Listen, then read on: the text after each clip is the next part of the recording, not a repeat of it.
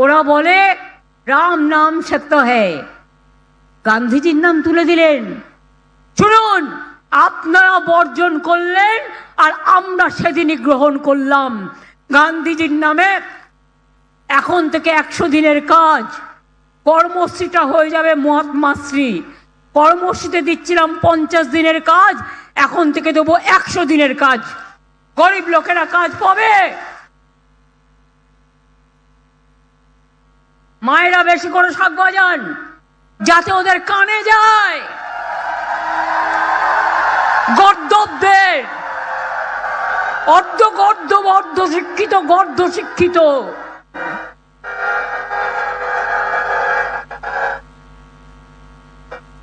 বাংলার মাটিকে চেনে না।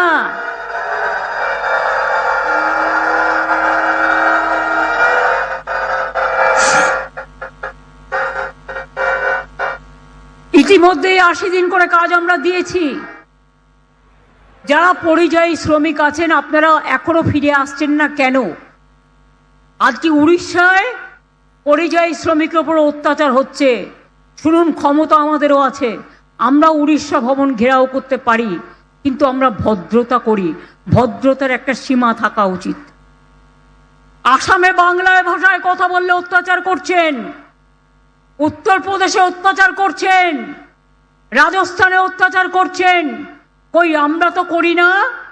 বাংলায় 1.5 কোটি পরিযায়ী শ্রমিক আছে, তারা আমাদের নিজেদের ঘরের লোক, আমরা তাদের ভালোবেসে আপন করে নিই।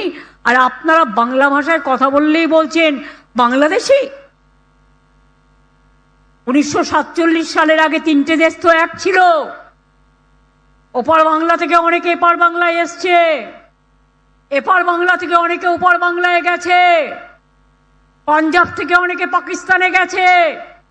দুটো রাজ্য তো সাফার করেছে, একটা বাংলা আর একটা পাঞ্জাব। মাথায় রাখবেন। আজকে বলছে এসআইআর এর নামে অনুপ্রবেশকারী হাঁটাবো। এতদিন কি করছিলেন?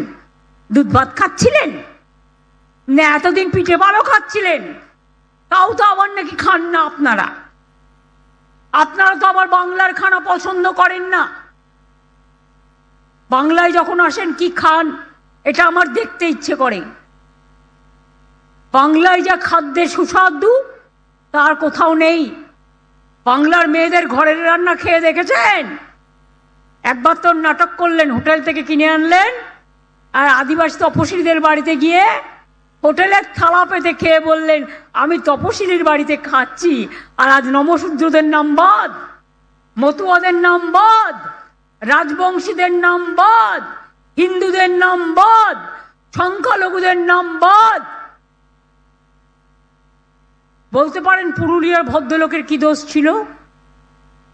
বলতে পারেন কালকে তাকে ডেকে নিয়ে গেছেন, সেই দুঃখে আত্মভিমানে মানুষটি কালকে মারা গেছেন। আপনাদের বুকে একটুও যন্ত্রণা হয়? আপনাদের প্রাণ কি একটুও কাঁদে? আপনাদের মন কি একটুও কাঁদে? যদি আপনার বাবা মাকে এইভাবে ডেকে নিয়ে গিয়ে একটা 95 বছরের মহিলাকে 3 তলার উপর উঠিয়ে জিজ্ঞেস করত, আজকে তাকে উপমান দিতে হবে যে তিনি বাংলার নাগরিক কিনা? আমাকেও বলে বাংলাদেশি। আপনারা জানেন আমি বীরভূমের একটি গ্রামে জন্মগ্রহণ করেছিলাম, আপনাদেরই পাশে বীরভূম। এবং গ্রামটা আমি খুব ভালো চিনি বলে আমাকে জন্মের পরেই সঙ্গে সঙ্গে কলকাতায় নিয়ে এসেছিল। কিন্তু প্রতি বছর আমি গ্রামে যেতাম। আমি গ্রামের আল ধরে হাঁটতে পারি, গ্রামের পুকুরে সাঁতার কাটতে পারি, ধান কাটতে পারি, মাছ ধরতে পারি, রান্না করতে পারি। এসব ছোটবেলায় গ্রামে গিয়ে গিয়ে শিখিয়েছি। এবং তাই আমি মনে করি সেই মেধাই আসল মেধা, যে জন্মায় মাটির ঘরে। সেই মেধাই আসল মেধা, যে কর্ম সৃষ্টি করে। সেই মেধাই আসল মেধা, যে সাধারণ মানুষ হয়ে জন্মায়। এটা মাথায় রাখবেন। কমরেড বাবু, আধার কার্ড কেন করেছিলেন? হ্যাঁ, চাকরি তো আপনারা জানেন, বর্জরায় অনেক ইন্ডাস্ট্রি হয়েছে, বাঁকুড়াতে হয়েছে, বিষ্ণুপুরে হয়েছে, রঘুনাথপুরে আপনাদের ডানকুনি কল্যাণী প্রকল্প, পুরো বাঁকুড়া হয়ে, দুর্গাপুর হয়ে, আসানসোল হয়ে, ডানকুনি থেকে একেবারে রঘুনাথপুর পর্যন্ত যাচ্ছে। টোটাল 2 রাস্তায় শুধু শিল্প থাকবে। আর প্রত্যেকটা জেলায় আমি একটা করে শহরে শপিং মল করে দিচ্ছি। কেন করছি তার কারণ জেনে রাখুন। এটা আমাকে বাঁকুড়া জেলার একটি বাচ্চা ছেলে, আমি একদিন গাড়ি দিয়ে যাচ্ছিলাম বাঁকুড়া টাউন দিয়ে, আমাকে ছোট্ট একটা কাগজ দিল হাতে, দিয়ে বলল, দিদি আমাদের একটা শপিং মল হবে না? আমি বললাম, তোমার শপিং মল চাই? বলল হ্যাঁ। এরপর আমি ঠিক করলাম সব জেলায় জেলায় জমি আমরা দেব, শপিং মল হবে, কিন্তু 2টো করে তলা দিতে হবে সেলফ হেল্প গ্রুপের মেয়েদের, আনন্দধারা গ্রুপের মেয়েদের, যারা লোকাল তৈরি করে লোকাল বিক্রি করবে, তারা ভাড়া দেবে না, তারা নিজেরা এমনিতে থাকবে।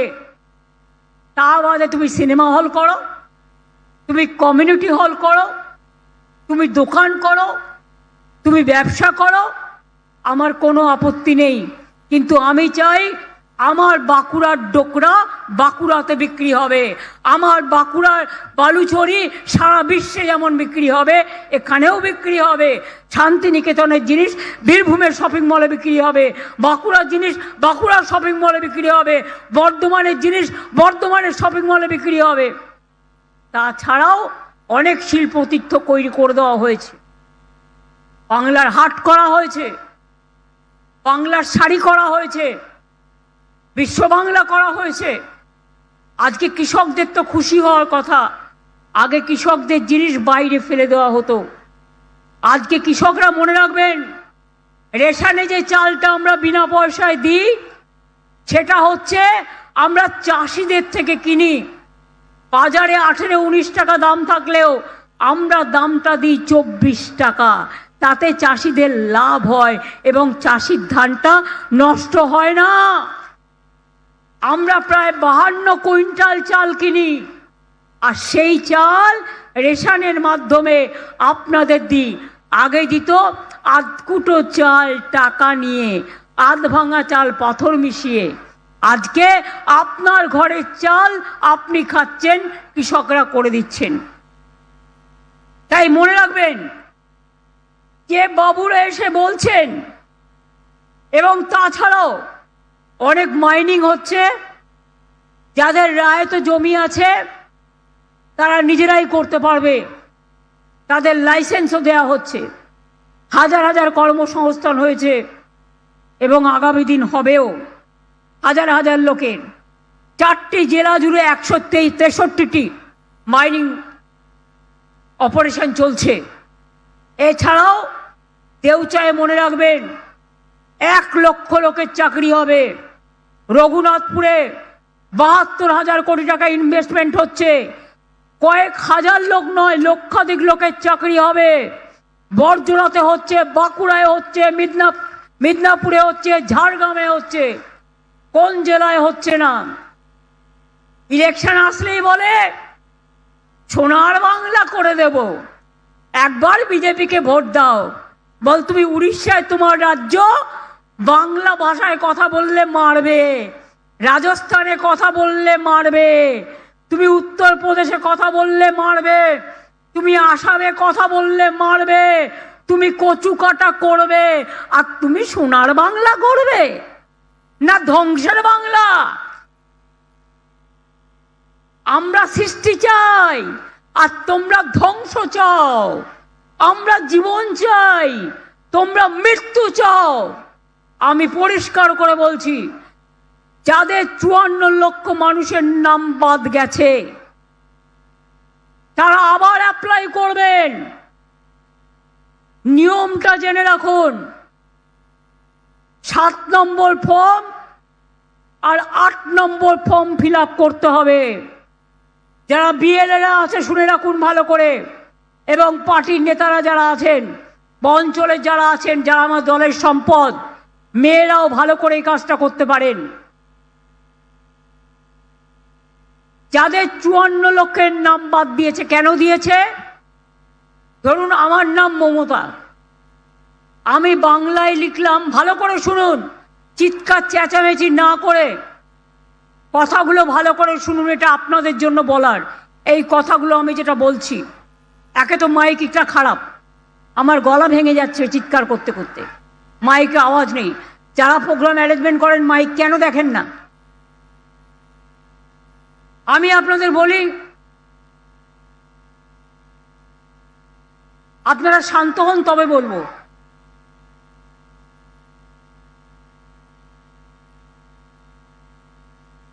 সবাই মুখে আঙুল দিন, ঠিক হয়ে যাবে। কেউ বলুন নিজেরা কথা বলবেন না, নিজেদের মধ্যে ঠিক হয়ে যাবে, কারণ মাইকটা ভালো না, আমাকে চিৎকার করতে হচ্ছে।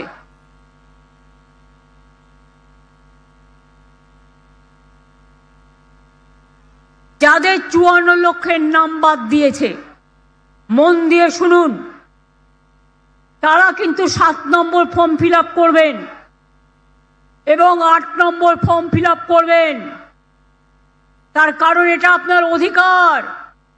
বাদটা কেন দিয়েছে? অনেক ক্ষেত্রে একটা মেয়ের বিয়ে হলে সে শ্বশুর বাড়ি যাবে, তার ঠিকানাটা বদল হয়, সেই নামটা বাদ। 2, কি করেছে ভ্যানিশ কুমাররা? ধরুন আমার নামটা মমতা, আমি বাংলায় মমতা লিখলাম, ইংরেজিতে আমি MA একটা এও লিখতে পারি, 2টো এও লিখতে পারি, আমি MO লিখতে পারি। এবার কি বলছে, একজন হচ্ছে টাইটেল সিংহ বাংলায়, সে ইংরেজিতে কি হবে? সিনহা, ওটার উচ্চারণ ব্যাস বাদ। এমনকি আমার সাংসদ কাকলি ঘোষ দস্তিদার, তার ডাক্তার ছেলেদের সবার নাম বাদ, কাউন্সিলরদের নামও বাদ। আপনারা এটা ছাড়বেন না। ছাড়বেন কি? 7 নম্বর ফর্ম ফিল আপ করবেন, 8 নম্বর ফর্ম ফিল আপ করবেন। এটা দিল্লি থেকে বিজেপির একজন বসে আছে, IT সেলের, তিনি ইলেকশন কমিশনের অফিসে বসে ইয়ারোদের নামে মিথ্যে কথা বলে, ইয়ারোরা জানে না, তাদের নামে সই করে ওই নামগুলো বাদ দিয়েছে।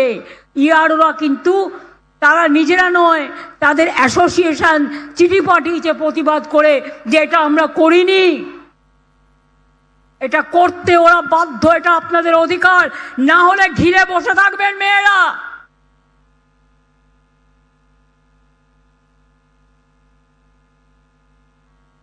দ্বিতীয় নম্বর, যাদের ড্রাফট লিস্টে নাম উঠেছে, মনে রাখবেন ফাইনাল লিস্টেও তাদের নাম থাকবে তার কোনো গ্যারেন্টি নেই।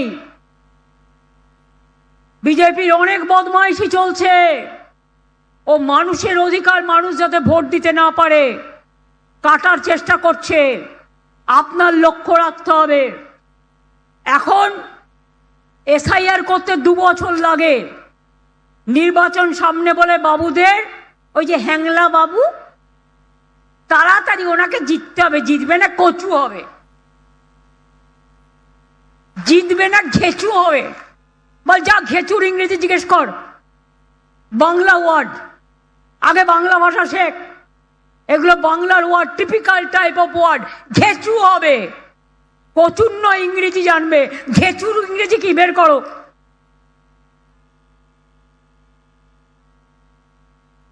জিজ্ঞেস করুন, SIR করতে 2 মাস লাগলো, কত BLO মারা গেল। নদিয়ায় রিঙ্কু দেবী লিখলেন, আমার মৃত্যুর জন্য ইলেকশন কমিশন দায়ী। 4-5 জন BLO মারা গেল। রানীবাঁধে সম্প্রতি BLO মারা গেছে, বলছে আমি আর এই দায়িত্ব নিতে পারছি না। তাদের জোর করে বলছে নাম কাটো, তা নাহলে তোমায় জেলে পাঠিয়ে দেবো। এত বড় সাহস! আমি আছি এখানে, তুমি জেলে পাঠাবে? জেলে তোমায় পাঠাবো।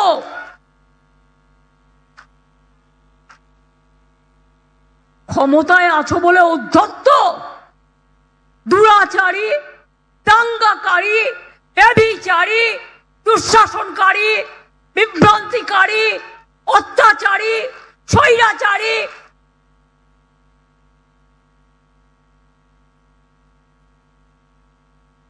এদের বড় বড় কথা আর বাংলার মানুষকে শুনতে হবে। রামকৃষ্ণ পরমহংসদেবের কথা জানে, স্বামী বিবেকানন্দের কথা জানে, মৌলানা আবুল কালাম আজাদের কথা জানে, আম্বেদকরের কথা জানে, বিরসা মুন্ডার কথা জানে, রঘুনাথ মুর্মুর কথা জানে।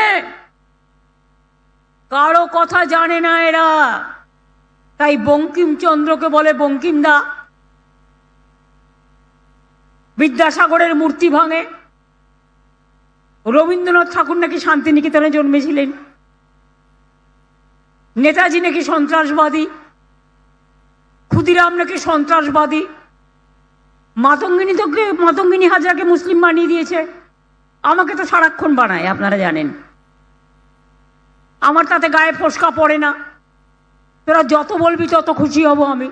আমাকে আদিবাসী বানাও, আমাকে তপশিলি বানাও, আমাকে মাটির মানুষ বানাও, আমাকে সংখ্যালঘু বানাও, আমাকে পার্সি বানাও, আমাকে খ্রিস্টান বানাও। I don't care, I dear. আমি কেয়ার করি অনলি মানুষকে, আর কাউকে নয়। যতদিন বাঁচব এই দুরাচারীদের বিরুদ্ধে লড়বো, এই শকুনি মামাদের বিরুদ্ধে লড়বো, এই দুর্যোধনদের বিরুদ্ধে লড়বো, এই দুঃশাসনদের বিরুদ্ধে লড়বো, লড়বো, গড়বো, জিতবো।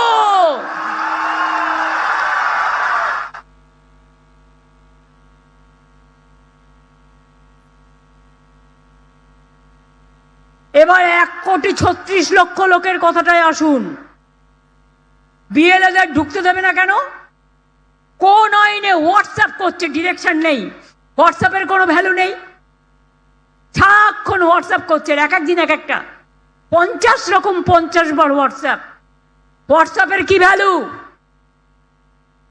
বুকের পাটা থাকলে লিখিত দিন, কারণ আমি আদালতে যাব, জনতার আদালতে এবং মানুষের আদালতে।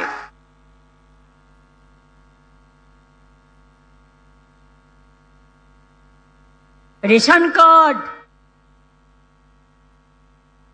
কিষাণ কার্ড, ওবিসি সার্টিফিকেট, তপশিলি সার্টিফিকেট, আদিবাসী সার্টিফিকেট, চাকরির ঠিকানা, জন্মের ঠিকানা, সব কিছু থাকলেও বলছে হবে না, আধার করতে হবে। এবার আধার কার্ড করলো।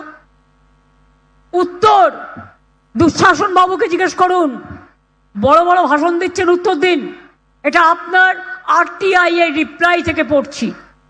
সাকেট গোখলে আমাদের এমপি ফ্রম মহারাষ্ট্র, রাজ্যসভার এমপি, শর্মিষ্ঠা তুমি চেনো। সাকেট একটা কোয়েশ্চেন করেছিল, আধার কার্ড করতে টাকা নিয়েছিল আপনাদের কাছে? আধার কার্ড করতে টাকা নিয়েছিল? যদি আমার মন্ত্রীরা 4 জন চুরি করে থাকে, আপনি জেল খাটিয়েছেন 4 বছর 5 বছর, আপনার কজন মন্ত্রীকে জেল খাটিয়েছেন? আপনি কবার জেল খেটেছেন এত লোককে খুন করার জন্য?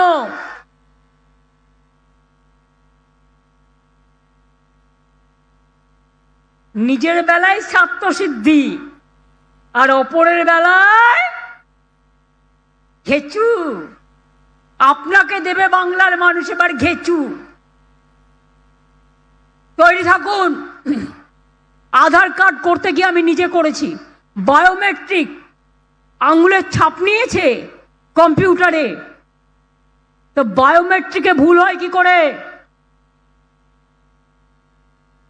142 কোটি আধার কার্ড আপনারা আরটিআই রিপ্লাইয়ে বলেছেন, মিস্টার দুঃশাসন মিনিস্টার, মিস্টার দুরাচারী মিনিস্টার, মিস্টার ব্যভিচারী মিনিস্টার, মিস্টার দানবের সরকার, জেনে রাখুন।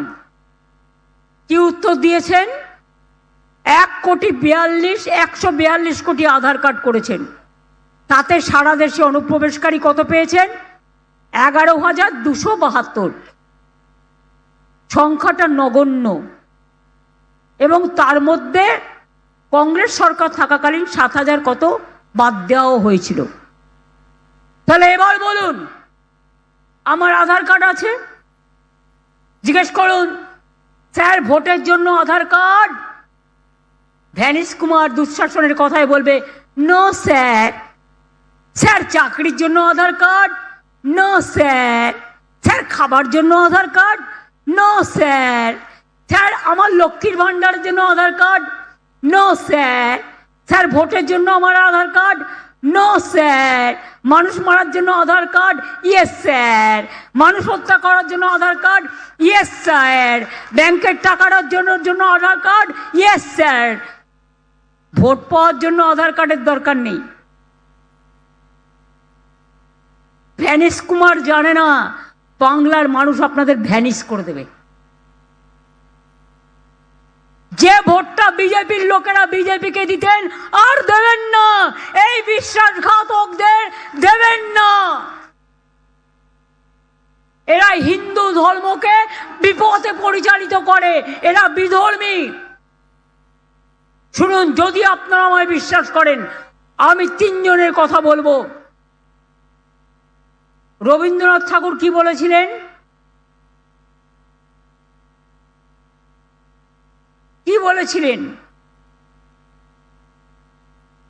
বলেছিলেন হেমর তীর্থ পূর্ণ চিত্তে জাগরে ধীরে, এই ভারতের মহামানবের সাগর তীরে। তিনি বলেছিলেন, কি বলেছিলেন? তিনি বলেছিলেন বাংলার মাটি, বাংলার জল, বাংলার বায়ু, বাংলার ফল এক হোক। তিনি কি বলেছিলেন? বাঙালির ঘরে যত ভাই বোন এক হোক, এক হোক, এক হোক। নজরুল ইসলাম কি বলেছিলেন?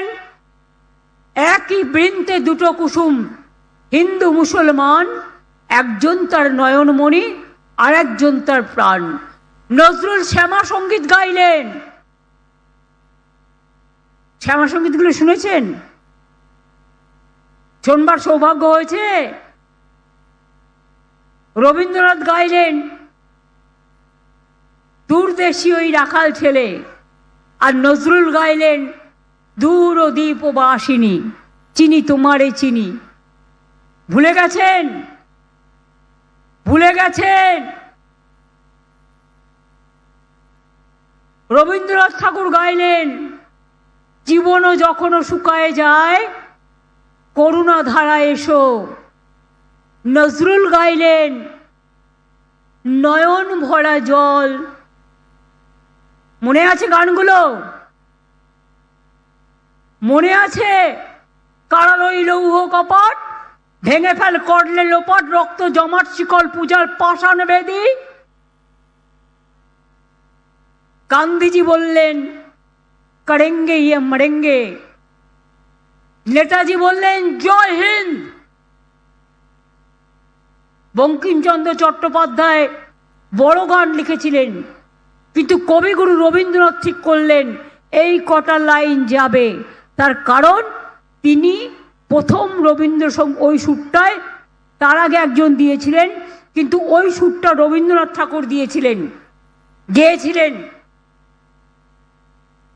রাজা রামমোহন রায়, আগে ছোট ছোট মেয়েকে পুড়িয়ে মারা হতো স্বামীর সাথে, 14 বছরের মেয়েকে বিয়ে দেওয়া হতো 85 বছরের সাথে। স্বামী মরে গেলে স্ত্রীকে সহমরণে যেতে হতো।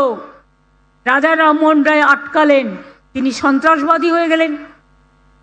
ঈশ্বরচন্দ্র বিদ্যাসাগর আমাদের মা বলতে শিখিয়েছেন অ আ হস্যই দীর্ঘই, অয় অজগর আসছে তেরে, আমটি আমি খাবো পেরে।